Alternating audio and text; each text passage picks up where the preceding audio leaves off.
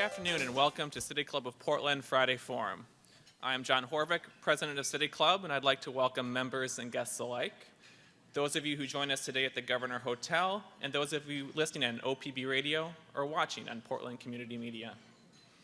Today, we'll hear the results and potential impact of the 2013 Oregon legislative session. But first, some announcements. The generous support of City Club's corporate and media partners ensures we put on the state's best civic programs week after week. I'd like to thank our media partners, including Oregon Business Magazine, and our current Friday Forum corporate sponsors, Morel Inc., Northwest Natural, and Schwabe Williamson and Wyatt. We are grateful for your support and commitment to City Club's mission. Please join me in a warm round of applause for all of them.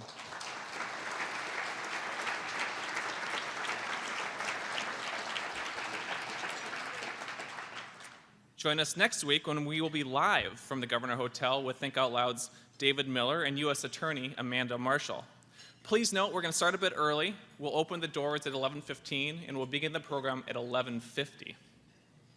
We'll close out the Friday Forum season on July 26th with an update on Oregon's wine industry, coinciding with the opening of the International Pinot Noir celebration.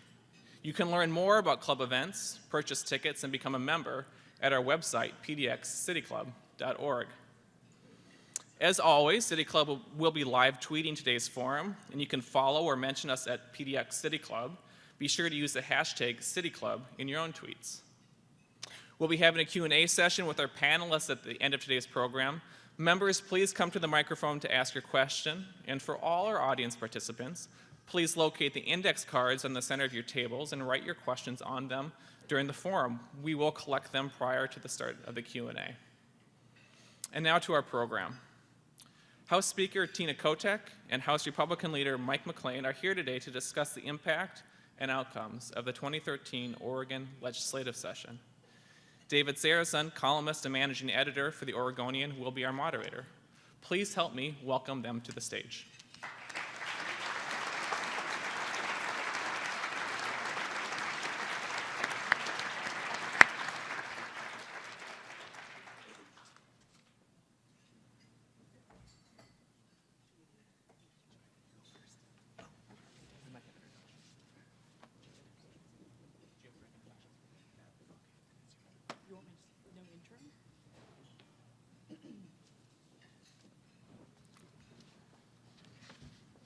Good afternoon. David Sarasohn from the Oregonian. We're going to start off with statements from the Speaker and the Minority Leader, and then the three of us will chat for a little while, and we'll move it out to the audience. We're going to have some index cards around for questions, and of course, you all know the drill for the microphone over there. So if we could start with Madam Speaker.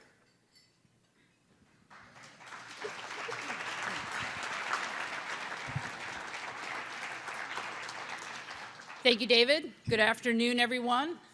Thank you for joining Representative McLane and myself for a wrap-up of the legislative session.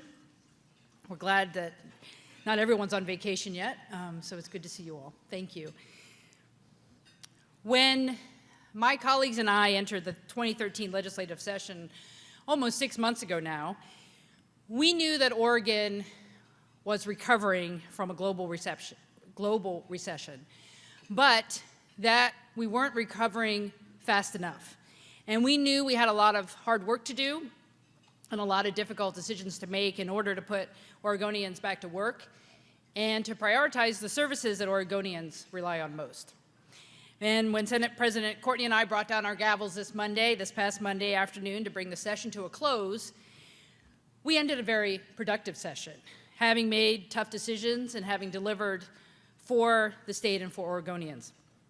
After years of cuts to education and other vital services, after years of dramatic job losses around the state, the work of the 2013 legislature focused on turning the corner to reinvest in our schools and to help spur job creation.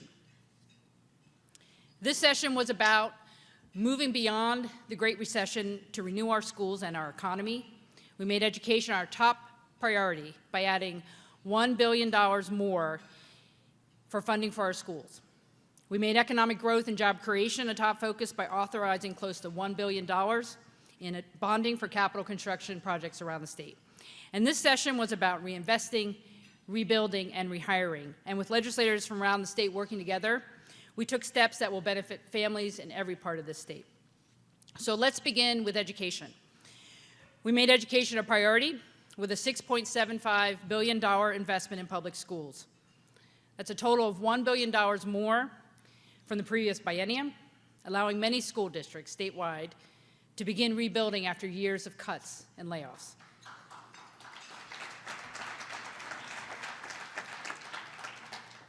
This session included changes to Oregon's public pension system, a PERS savings bill that will generate over $800 million system-wide in savings this biennium, $200 million of which will be available to school districts statewide, and many districts around the state have already passed their budgets based on a $6.75 billion statewide budget. To strengthen our workforce and ensure today's students are ready for the jobs of the 21st century, we also made targeted investments in career and technical education, in STEM, in the science, technology, engineering, and math initiatives that are growing around the state. We also improved higher education by working on local governance, as well as making sure tuition increases will not go past 3.5% in the coming school year. We also passed tuition equity, providing access for students, all students in the state, to higher education and in-state tuition.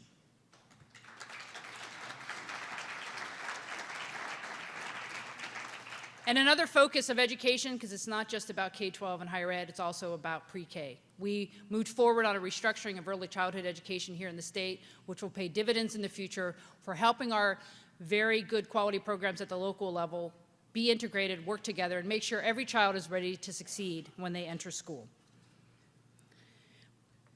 So moving on to jobs, obviously very much linked to education and all the work we did in our investments. The legislature took a number of steps to speed Oregon's economic recovery. As many of you know, we started the session by positioning the state of Oregon to be able to be ready to invest in the I-5 bridge replacement project, a project that's critically important for our state, and that was our first priority coming into session.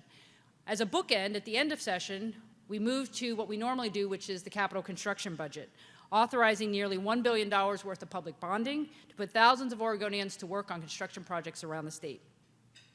We invested in critical infrastructure and jobs programs, such as Connect Oregon, industrial land readiness, and additional dollars for small business development centers that are normally housed at our community colleges that provide technical assistance for new and growing small businesses. We also bolstered growing industries with support for fermentation sciences at OSU. And in the final days of session, we expanded the film and video tax incentive here in the state to keep people working and bring more projects to that growing industry here to Oregon. By focusing on education and jobs, we put all of our muscle behind keeping the recovery on track and making sure that we could build Oregon's future. But while we focused primarily on school funding, we didn't lose sight of other critical public services. In the area of public safety, a bipartisan group, a joint committee, successfully put together a package that was passed that will keep us from building a new prison over the next 5 years.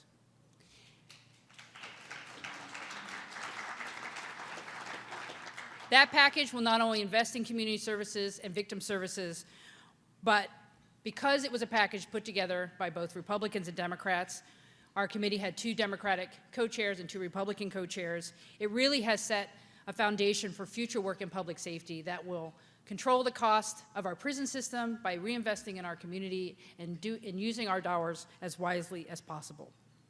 Other public safety measures included improving the safety of Oregon's roadways by making access to driver's cards and hence insurance more accessible to people here in the state. We significantly increased investments in mental health care, and we also made historic new investments in child and adolescent mental health care. And I think one of the untold stories of the session is how many new resources we have put into mental health care and A&D services, and that will keep all of us safe, will keep families out of crisis, and is really the foundation of keeping our communities safe. And finally, but always certainly in the forefront of my priorities, our families. We took steps this session to protect middle-class families and to strengthen the programs that help families thrive. We strengthen programs that help families get back to work. We have too many families still struggling. Programs that, like temporary assistance for needy families and the employment-related daycare program. We renewed the state's earned income tax credit so low-income Oregonians can continue to get relief on their state income taxes. And we also strengthened our commitment to innovation in in-home care services for seniors and people with disabilities. We stood up for the middle class against out-of-state banks by passing additional foreclosure mediation processes. We took steps to ensure Oregonians will be treated fairly by insurance companies. And lastly, we passed a bill that creates a group that's going to look at how we deal with our retirement security crisis here, not only in Oregon, but a national crisis, making sure that low-wage workers have an opportunity to save for their retirement. And so we'll be getting recommendations back from a work group that will help us try to solve that problem here in Oregon. One of my top personal priorities for the session was a housing bill that would eliminate source of income discrimination for individuals and families with Section 8 vouchers. We passed that, but in doing that, we also passed a mitigation fund for landlords to make sure that if they're renting with folks who have vouchers, that they would have a guarantee in case they ran into problems. It was a joint effort with landlords and tenant groups, and I think it was a huge success for the state. We have to continue as a state to look at affordable housing issues. If we're going to succeed in education and healthcare and public safety, everyone must have access to safe, affordable housing here in Oregon. And in closing, I'd like to give a shout out to my colleague, Representative McLane. He was the new House Minority Leader. I was obviously the new Speaker, and we were learning together, I think, in this process this session. We met regularly throughout the session, and we had a great working relationship. And one of the new photographs that's in my office is a picture of he and I taking a break from one of our meetings to play Rock'em Sock'em Robots at my conference table. I don't know if you remember that game. It's now actually back in vogue, where you bop and try to hit each other's heads on the robot. Mike has an incredible sense of humor, and I think in the course of a stressful session, you need to have that sense of camaraderie and be able to laugh at what we're doing just a little bit. Mike and I weren't destined to agree on everything, but he and I worked together on a bill that was important to both of our districts, which was including increasing the amount of energy assistance that would be available for families who are having trouble paying their electrical bills and their gas bills. And it was a bill that mattered to folks in North Portland and folks in Powell Butte. And that's something we worked on together. Because I think when people reflect on this session, I think what they're going to see is that this was a session that took on many big issues. This was a session that used bipartisan approaches to take on some very complex issues. And I think they will believe, as I do, that this was an historic session for education funding. To say that we were going to turn the corner on funding our schools in a way that can build the future, whether it's pre-K, K-12, or higher education. And I think it was a truly historic session in that regard. And at the end of the day, we put the priorities of Oregonians first. I think we had a successful session, and I believe as we move forward, Oregon is just the best days of the state are ahead. Our future is strong, and I think we've built a foundation to do that this legislative session. So thank you. I appreciate your time and look forward to your questions.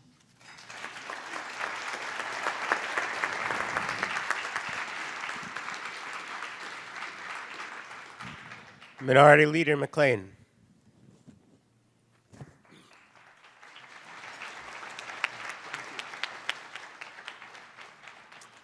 Thank you. It is a pleasure to be back in Portland and see so many friends. See Representative Lou Frederick, who's here. I don't know if Lou has constituents here, but Lou does a great job and is one of the most gentleman, respected people in Salem, and it's good to see you, Lou. And I really enjoy his time. Not many people know this, but I actually stood for my first election in Portland. And when my wife and I moved, we lived 9 years in Northeast Portland. All three of our kids were born in Portland. And we moved back for several different reasons to help with our family back in Central Oregon. And when we moved, I think it reduced the Republican registration of that neighborhood by half. But but prior to that time, I actually stood for election in Portland. My good friend Dave Austin, who is here, and he works with Mercy Corps. Dave was my neighbor, and we decided to run a write-in campaign for a Republican precinct. You might find this surprising, but no one was on the ballot for a Republican committee person in Northeast Portland. So we ran, and they took the top two, and I got called. Dave was number one because he's much more engaging and better looking, presents better. And but I came in third, and I was very frustrated. And they said, well, the county clerk said, well, the good news is, or the bad news is you came in third, and it's only the top two. The good news is number two is Mickey Mouse, and we're thinking we're not going to qualify him. So you're going to move up, and congratulations, you're now the Republican committee person. So Dave and I, when we met at his house, that was the sum total of the registered Republicans in Northeast Portland. So that was, we were all in one place. It was easy to reach consensus. A bit easier than when we were in Salem. And, we did play Rock'em Sock'em. I don't know if you've ever played that, but there's a blue robot and a red robot, right? And, well, you know which one I was. I was a red robot. We'd go in there and, mess around at times to break the tension. But the one thing I will say, she's very good at playing the game, but I swear I wouldn't even put my hands on the buttons and the head on the red guy would just go zing. And I know it was rigged. And, but I'm the minority leader, so what was I supposed to say? Well, I am an endangered species. I'm a Republican in Oregon. But my hope is to get us off the list and actually bring some balance to some things we have going on. If I bore you, I'm just trying to filibuster, and I know that Representative or Senator Merkley is trying to cut that out for all Republicans, but doggone it, that's all we got. But when I was first selected as minority leader, I was very excited till someone actually told me what the job meant. But apparently, I guess we're in the minority in the Senate as well. And as you know, the governor's a Democrat, and we've had a lot of Democrat. Well, all the statewides are Democrat as well, now that you think of it. And all the agency heads have been appointed by Democrats. And so I thought, well, let's get in there and, rough it up a bit. And then I realized that my head was about to pop up like the little robot guy. And so one of the things that I realized being the minority leader is you have to pick your battles. And one of the things that we tried to do is make sure that we kept Speaker Kotek and the House Democrats focused on the things that were important to us. So we made it our goal this time or this session to really focus on the cost drivers of the budget. Because in the end, I'm a simple guy, and you've got expenses and you got revenues. And the one constitutional duty we have in the legislature is to balance the budget, is to do a budget. We do a lot of other things. And I mean, I proposed legislation, well, it was a memorial to have us select a National Day of the Cowboy. It was riveting legislation. But we were the 13th state to do so. And, to my people, that's important. But from the constitutional standpoint, it's about the budget. So we've got some cost drivers in Oregon that, are out of control. You may have heard of them. One is called PERS. Now, I know a few newspapers have mentioned that, maybe even Mr. Sarasohn over there and a few others. But when you really think about the public pension system, it's not that it's all bad. In fact, a lot of it's good. But we just have a few things about it that have driven costs, and they're starting to escalate. So we have to bring those back in. But doggone it, to get consensus on that was difficult. So we can talk more about that later. But I would say that my impression of the session is that we had an opportunity to do some big things for Oregon, to really move the dial and to make it a place where our kids could raise our grandkids, and they wouldn't have to leave our state to go find a great job. In the end, Oregon has a very high cost of government, and it's up to us to make the hard decisions to bring that in line with what our economy can pay for. And I know my son, who's at Willamette, a freshman there, and a lot of folks in his generation are concerned that they're going to come out of college and there's not going to be a job that's going to be here in Oregon where they can raise their family. And I gotta tell you, I don't want to fly to Texas to see my grandkids play soccer or football or something. I want to make sure that Oregon has a robust economy where our grandkids, yeah, I'm 48, so I don't have any grandkids yet, thank God. But my oldest is 19.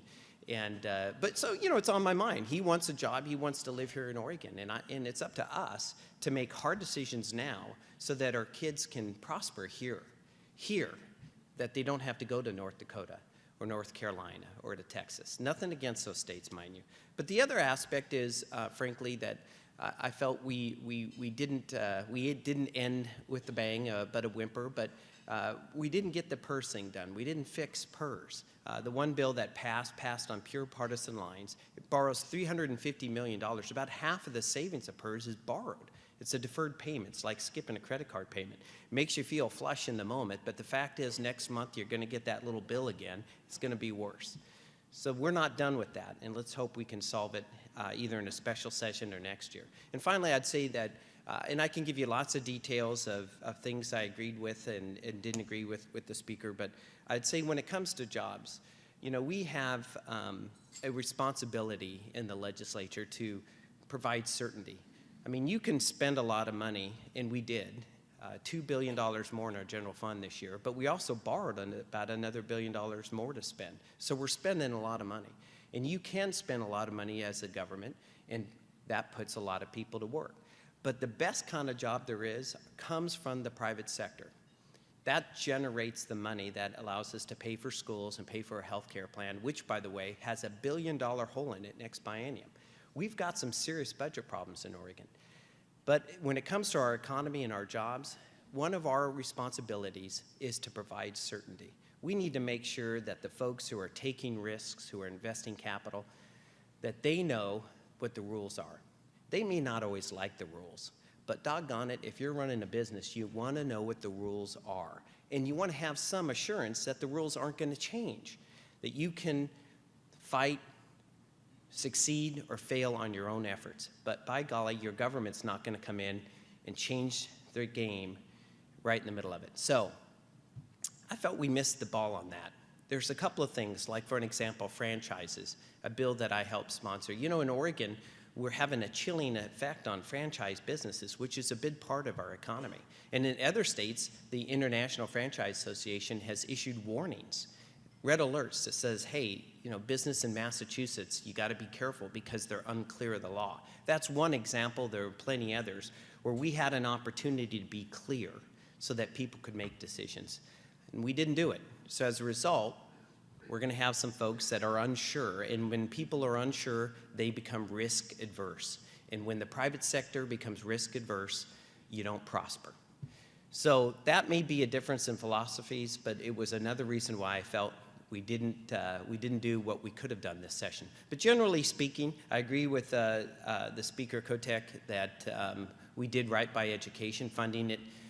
We funded it $800 million more, not $1 billion. The extra $200 million comes from Senate Bill 822, which shows you if you have true PERS reform, it really does put teachers back in the classroom. It really does increase the amount of days our kids go to schools. And of course, it helps our counties and cities and the like. In the end, we funded education, and we invested in some infrastructure projects that we needed to do. And in the end, I think the speaker exemplified what we want to be about in Oregon, and that is we may disagree and we may at times be political opponents, but we're certainly not enemies. And in the end, we want the same things. We want a prosperous Oregon where our kids can be here and raise our grandkids, and we want to be able to have a place that it has clean water and has the beauty that we've all been given. And that's a responsibility, and it's a tough balance. But I know that to speak any further would fulfill the filibuster promise, so I'm going to decline and take your questions as they come. Thank you.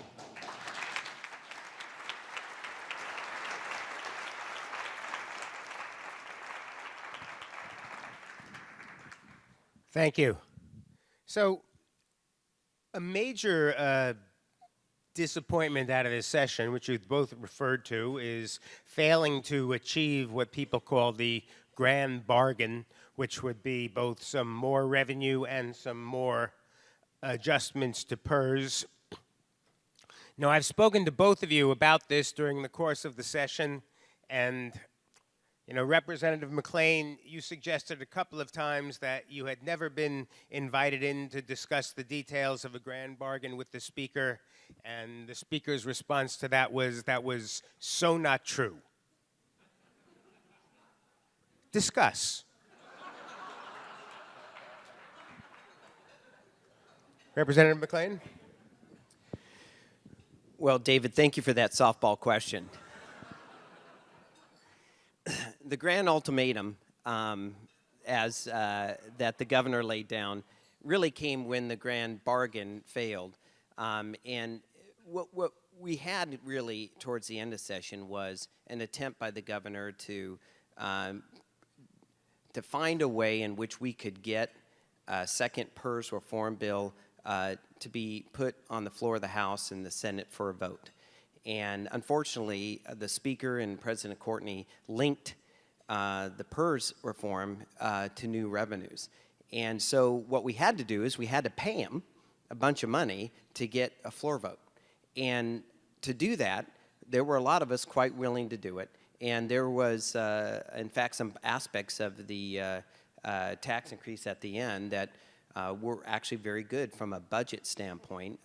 We've got a runaway senior medical deduction that I don't think any other state has, and that really is blowing a hole in the budget and the like. But there was, as the governor had recognized months before, 3 parts to it. And the Senate decided not to move it because it didn't contain the small business tax certainty that the Senate wanted to do. But in the end, it wasn't, and David, when it said I wasn't invited to the table, part of my criticism back then was that there were no hearings on any PERS bills in the House. We had one hearing, it was a joint hearing on Senate Bill 822, but that's not transparency. There were a lot of good ideas on how to fix PERS. It was one of the priorities of, say, the Oregon Business Plan, for an example. And the school board, you can say, well, how do we fix PERS? You can ask a bunch of politicians in Salem who have donor groups and interest groups that they're beholden to, or you can ask the people who are bearing the brunt of PERS, like the OSBA, School Board Association, things like that. I was disappointed because the PERS bill, the one bill we actually got to vote on, was all coordinated behind closed doors, and then it was dropped on us. And so when I referred to not being at the table, what I was referring to is we should have had a public and robust discussion of what it would take to fix the PERS system in a balanced, legal, and fair way. And that's not what we had in Salem. Speaker. Thank you, David. A lot can happen over 5.5 months of session. The number one priority for my caucus, and frankly for me, because I think it was a priority for the entire chamber, not just Democrats, not just Republicans, was to fund education. Part of that required us finding some savings in PERS. When we made the commitment in the first month and a half of session that we were going to hit the stability number for K-12, which is what the education advocates asked for, which was $6.75 billion, we knew we could not do it completely with general fund.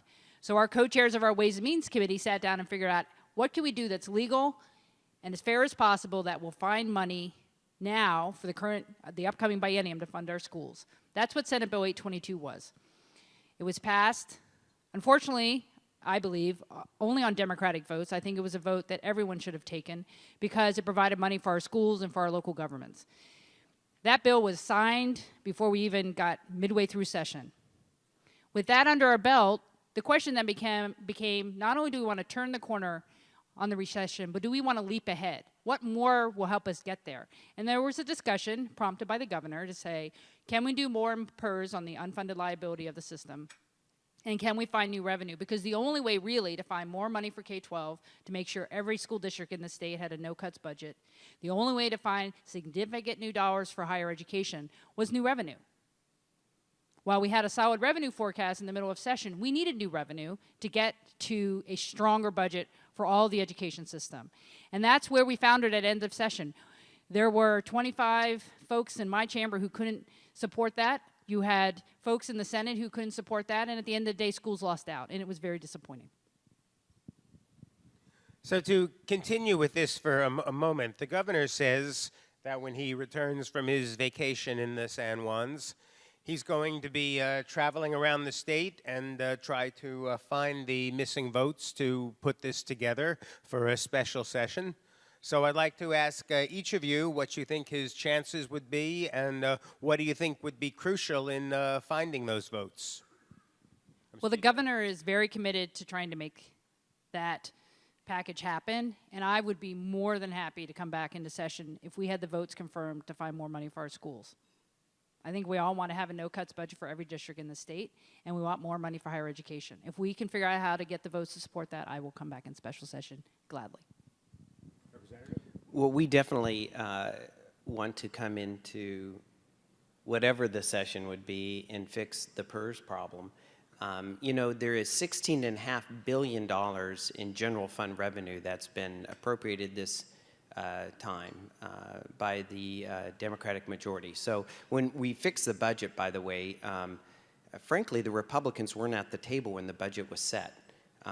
It was the Democrat House Rep Peter Buckley working with Richard Devlin from the Senate. And, you know, the original budget said, hey, we're going to hit our goal of funding schools, and we need $275 million in revenue.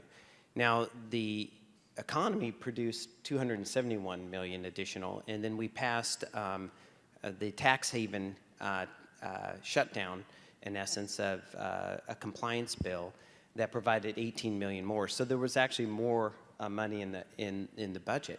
And then that's when that conversation began of we want even more.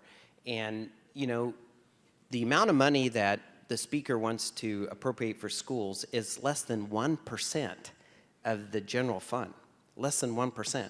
So I got to believe if it really was a priority, they'd have found 1% elsewhere in the budget. But I know this, if the question is where are the needs, then the answer is everywhere. There always are going to be more demands, more need for revenue, more. In the end, we have to live within our means. We have $2 billion more spending just in the general fund than we did next biennium. And we met our goals, and then suddenly, you know, it's whack-a-mole. It just popped up again. And believe me, it's for the kids, right? Who's going to be against that? Because they didn't want more revenue, you know, to fund ODOT and, you know, DMV coffee breaks, right? Of course, it was for the kids, but then how much more? It was more. At a certain point, you have to say, look, we've got to live within our means, and we've got to deal with the elephant in the room, which is not the Republican elephant, but the PERS problem. Not in this room. Not in this room. There's two of us here, I think, me and Dave. But we've got to deal with the cost drivers. And once we deal with the cost drivers, then you have to look at it and say, what else do we need to meet obligations? At that point, it's an absolute commitment of House Republicans to have the revenue discussion. So is there a specific thing that you would want to hear from the governor when he pops up in Powell Butte on his tour of the state to pick up some support? Well, first of all, I'm sure he would compliment my cowboy boots, because my cowboy boots were made in Powell Butte and have the state seal of Oregon on them. I actually showed it to him. He was very impressed and wanted a pair, and they make that in Powell Butte. But I digress, which often happens. It sounds like you two have a strong basis for working together, though. We absolutely do. But you asked me a question I know is important, and so I think this filibuster has come to an end. But the bottom line is we're committed to the special session if that's what we need to get it done. You talked about the gains in mental health in this session. The Senate president at the beginning talked about this wanting to be a game-changing session, which nobody seems to think it quite managed. How could that have turned out differently, and what could be a game changer in mental health? Well, first of all, the Senate president has been just an absolute champion on mental health issues for years. He was the leader in mental health parity. He has championed the renovation of the state hospital. This is his thing, and frankly, rightly so. It's a very important issue. And, you know, I've been doing human service advocacy now 15 years. I'm in my 4th session. I can't tell you the times we've had that much new investment in one segment of a very needed service. We have a $20 million line item just for an increase in child and adolescent mental health here in the budget. We have probably $40 to $50 million more in mental health and community mental health because of the changes in the Affordable Care Act and the Medicaid changes that we've been undergoing here in the state. I can say without a doubt that more people are going to have access to mental health care and A&D treatment here in the state because of the budget we just passed. Where I think we failed, and early on when the Senate president put out his proposal where every Oregonian could have access to mental health care, we were like, we need to find a dedicated source in addition to existing resources to help pay for that. That's where we faltered at end of session. Part of the revenue package that failed in the Senate would have had a 10-cent tobacco tax increase going to mental health. We need to come back on that topic because we all understand how important mental health care is, whether you're in local law enforcement or you're a teacher in the schools. You know how important it is for people to have access to mental health care. So we're definitely on the road. I would say we're probably not quite at the game-changing mode, but this is a very big session for mental health care around the state. And I think if you ask any provider, they would agree with that we are really moving ahead with this budget for mental health care in the state. Representative? We need mental health funding. I agree with that. I was a circuit judge pro tem in Deschutes County for 3 years and did a lot of civil commitment hearings. And I see firsthand the problems we have with folks that have to commit crimes in order to receive treatment, in essence. And so clearly, we've got to have revenue for that. I guess my criticism is that, again, if we're talking about 0.25%, 0.25% of the general fund is the amount of money that President Courtney wanted dedicated to mental health.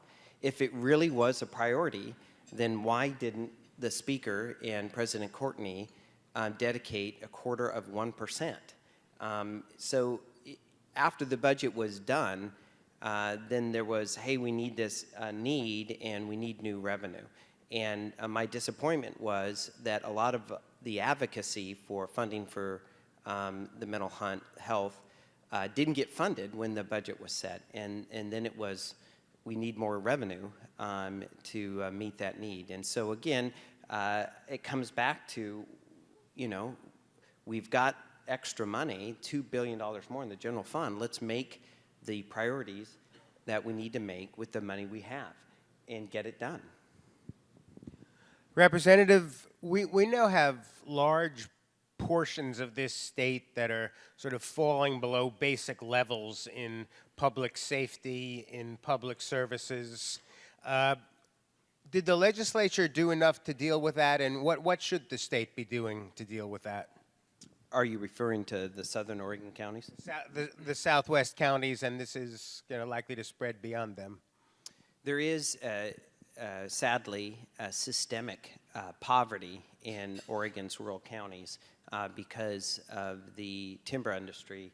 I think back to where when I graduated from college, I think it was, well, I graduated in 1987, but I think that's the right date. Till now, the amount of harvest off federal lands has decreased, I believe, 90%, 90. So you're looking at complete infrastructure failure with regards to the ability of some of these counties to fund essential services. What we did is we passed a few bills to try to help. We gave the governor some authority to declare a public service or a public safety emergency, and the state would go in and try to help with that, with the county, say Curry County, reimbursing the state 50% of it. There's some other bills that we did as well, but there's no easy solution, David. I mean, the fact is these counties were built up and sustained by timber harvest. now it's become so bad that you're seeing these mills disappear. In the last one, we had one in Cave Junction, for an example. One of the last mills in that area shut down right before, I forget when it was. I know it was the week before the governor's Bhutan trip. The irony of that didn't escape anyone. But in other words, we had infrastructure of mills, and even if you could get timber harvest up, you have to reconstruct that infrastructure, and that's very expensive. So there is no easy answer, and I think in the end, what makes most sense to me is that the federal government, the absentee landlord that has mismanaged its federal lands, is going to have to pay us. And my view is if they won't pay us, then they need to give us back our land. Thanks, Dave. That's. I am batting 1,000 with the Republicans here. Well, the good thing is that Senator Wyden is uniquely positioned in his new role in charge of a very critical committee in Congress or in the U.S. Senate to work on the issues of the federal forest land in Southern Oregon. But, you know, we have limitations of what we can do at the state, but I think we did everything that we could do. We funded, for example, a series of forest collaboratives in Eastern Oregon and Southern Oregon to bring communities together to figure out how to better use state and federal forest land, working with all the parties involved, both private landowners as well as environmentalists. The reality is we do have a natural resource that's not being tapped as it should. We have forests that need to be thinned to prevent forest fires. There are things we can do here, but that's only what we can do on state land, but we're hoping Senator Wyden will help lead us through the federal forest issues so we can deal with some of the issues facing the counties. But, you know, we started the session a little worried because there were a couple public safety levies that happened in mid-session that we weren't sure were going to pass. Lane County passed a public safety levy, which put sheriffs and jail beds back into their community and ensured their public safety. We had a couple other ones that failed in Josephine, and I believe Curry County had one as well.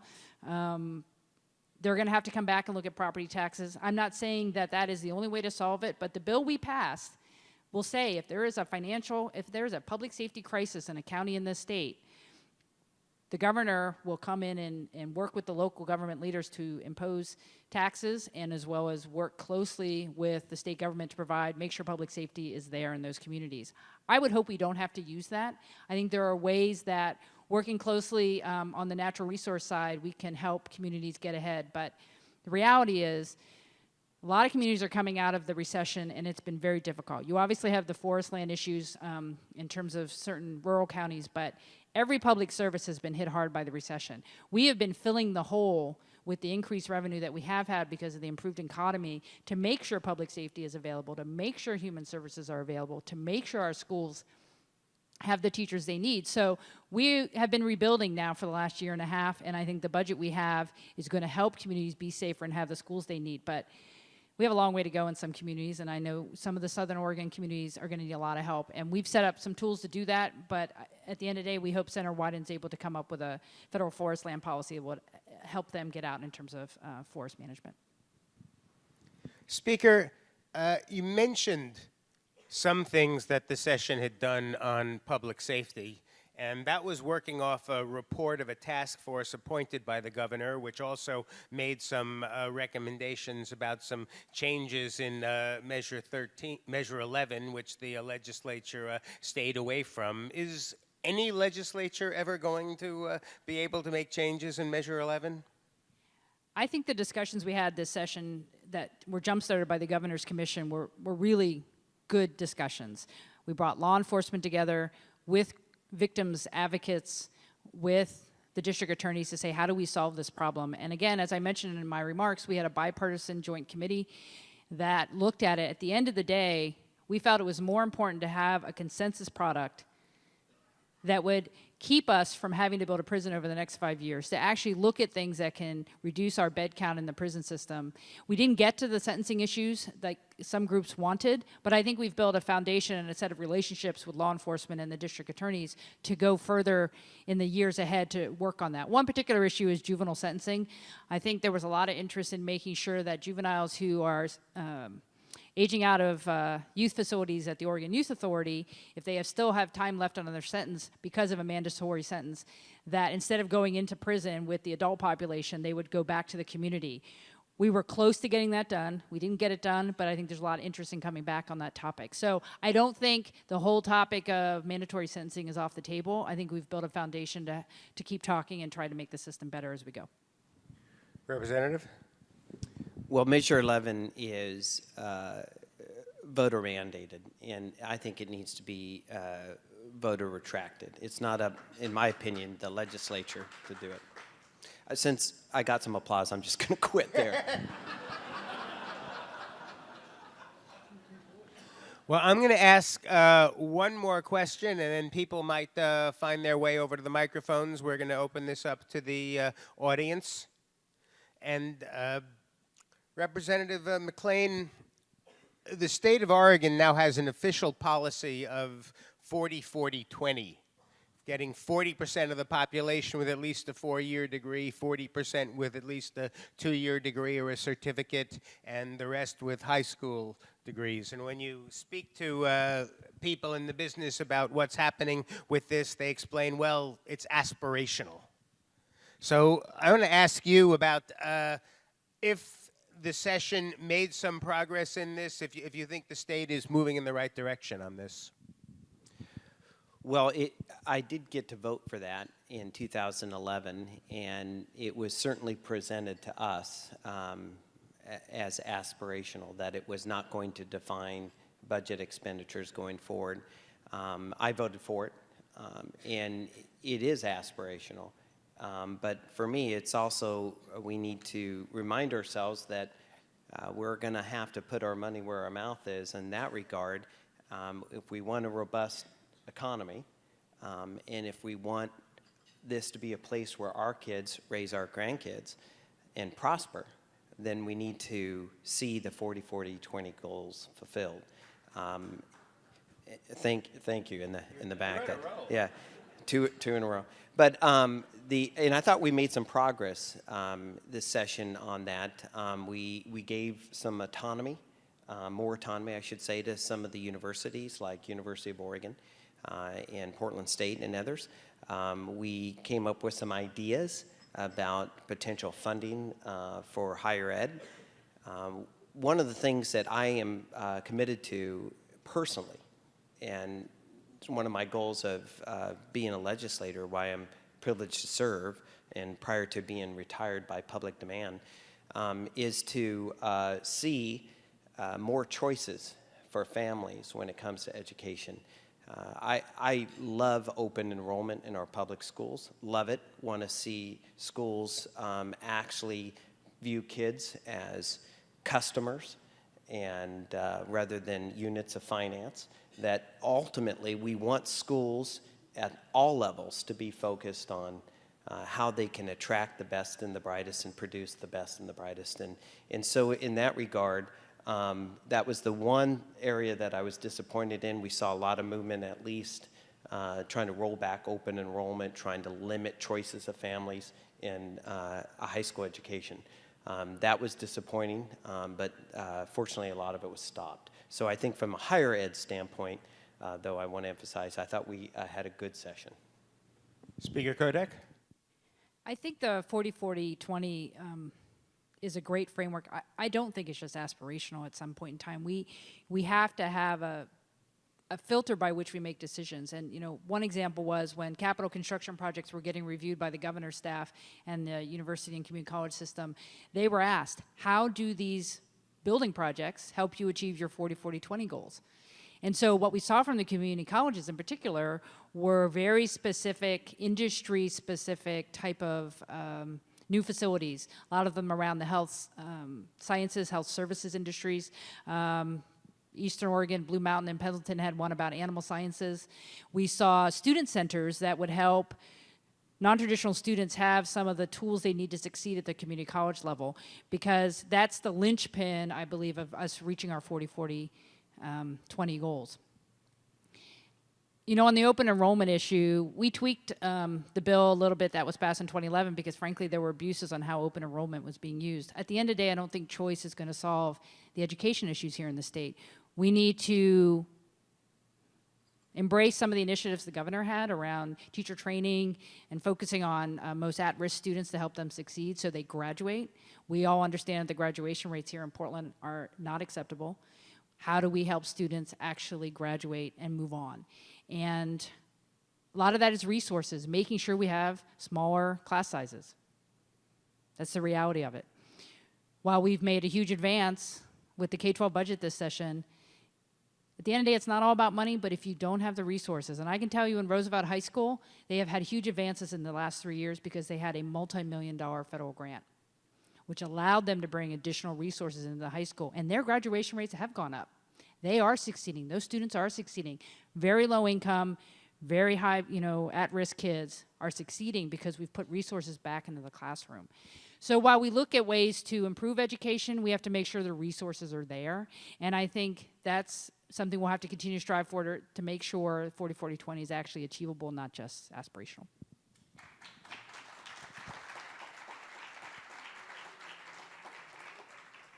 Thank you very much. So let's go over to the microphones. Please identify yourself as a City Club member when you ask your question, and try to be concise. Thank you. Thank you. John Russell, City Club member. Madam Speaker, the whole country seemed intrigued by something that came out of this session. I think it's called Pay It Forward, where students can pay their tuition back as a percentage of income. Can you describe how it happened and maybe what its future might be? Thank you, John. Well, Pay It Forward has gotten a lot of national press. At this point, it's going to be a work group and for the recommendation of a pilot. But the idea basically is instead of paying your tuition up front, that there would be a mechanism for students once they left school and had employment would be able to then pay for their education via their employment and off of their income that comes from having graduated. I think we don't know how it all works. Obviously, we're going to go to a work group to a pilot. But I think it's indicative of Oregon trying to be innovative of, say, you saw Western Oregon had, capping, everyone having consistency in their tuition rate the minute they entered their 4 years. This is another way to look at it in terms of paying after the fact.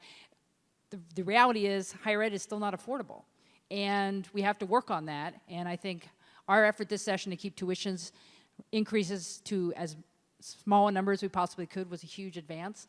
And we have to continue to invest in opportunity grants. None of us are going to succeed if higher ed is not accessible and affordable. So it's just one of those things. It's another way to look at it, but we don't know all the answers yet on that one. Do you want to speak to that? Oh, I get a rebuttal? No, I actually think it's an interesting idea, and that's I think it came from, I heard, Milton Friedman back in the old days. I don't know if that taints it somehow, but it's intriguing.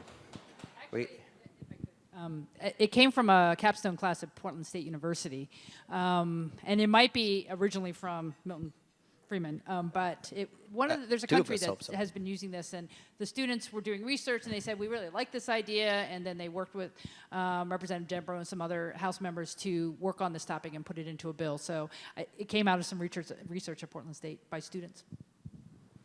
Thank you. Please. I'm Mike Litt, City Club member. I saw an interesting bumper sticker the other day. It said, "Never mind about the environment, it will go away." I don't want my grandchildren and great-grandchildren to fry. I want them to live in Oregon that looks at least approximately like the Oregon we have today. What is the legislature doing, and what should they do to help prevent this horrible scenario of climate change destroying our environment? Speaker Would you like to Kotek, take- would you like? Well, the legislature has proposed bills. Some of them got through, some not, with regards to a clean air fee, which was a new name for a carbon tax, which is trying to set up markets for sequestration of carbon so that people who grow a lot of trees could make money. And the idea that at least it was pitched to me by Senator Dingfelder from here in Portland was that if you've got a lot of trees in southern Oregon that you can't cut, and at least they can sequester carbon. So maybe there's a way to set up payments from everyone here in Portland, assess you all a fee, and send it down to southern Oregon. Now, in concept, I love that idea. How that actually works, I'm not sure, but that's one example of trying to come up with ideas to validate at least some of the solutions. Speaker? Well, Mike, I think it was a disappointing session on the issue of climate change, and we did pass a bill that will do a study of a clean air / carbon tax as a way of kind of the next step. We weren't successful in passing a bill that would have removed the sunset on the low carbon fuel standards that were passed in 2009, and we'll have to come back on that. I think that was a huge missed opportunity this session. Thank you. Please. Roberta Palmer, City Club member. Oregon exports tons of logs, and it seems like jobs go with them. Shouldn't the legislature study this issue?